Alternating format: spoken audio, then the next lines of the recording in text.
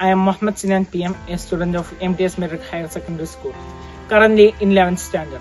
I am proud to have represented my school and state in the 31st National Children's Science Congress, which is held in Bhopal 2023 to 2024. After winning district, zonal and state level competitions, I was selected to national level competition, where I received an A+ grade. This remarkable achievement earned me several awards, including one presented by the MLA and TNSF. I attribute my success to my hard work as well as the unwavering support of my teachers and parents and friends. Thank you.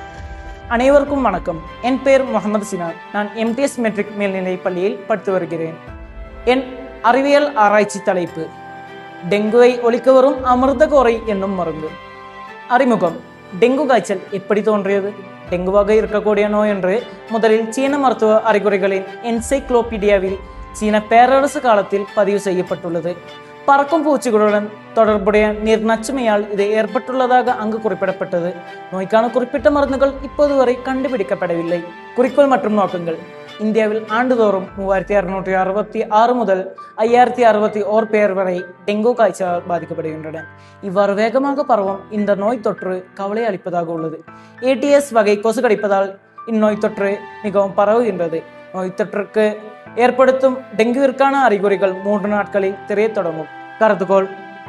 டெங்குவிற்கான அமிர்தகோரை என்னும் மருந்தில் நாங்கள் பயன்படுத்தும் பொருட்கள் இவை: சீந்தில் இலை, சீந்தில் தண்டு, பப்பாளி இலை, ஆடதோடா இலை, மிளகு, சுக்கு, திப்பள்ளி, கோரைக்கிழங்கு ஆகியவற்றின் சாறு அமிர்தகோரை என்னும் மருந்து. ஆய்வு பகுதி. எங்கள் ஆய்வு பகுதி இருக்கும் இடம் தேவசோலை தோட்ட மருத்துவமனை, அங்கன்வாடி பாடந்துறை, கூடலூர் ஆயுர்வேத மருத்துவமனை, பழங்குடியினர் கிராமம், ஆலவே.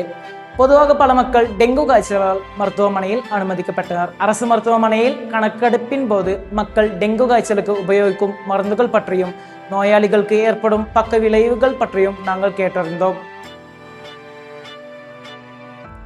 தரவு பகுப்பாய்வு மற்றும் விளக்கம். இந்தியாவில் டெங்கு பாதிக்கப்பட்டோர் 2018 ஆண்டில் 77.24%, 2019 ஆண்டில் 94.58%, 2020 ஆண்டில் 94.59%, 2021 ஆண்டில் 96.87%, 2022 ஆண்டில் 86.96%, 2023 ஆண்டில் 89.83%, 2024 ஆண்டில் 89.21%.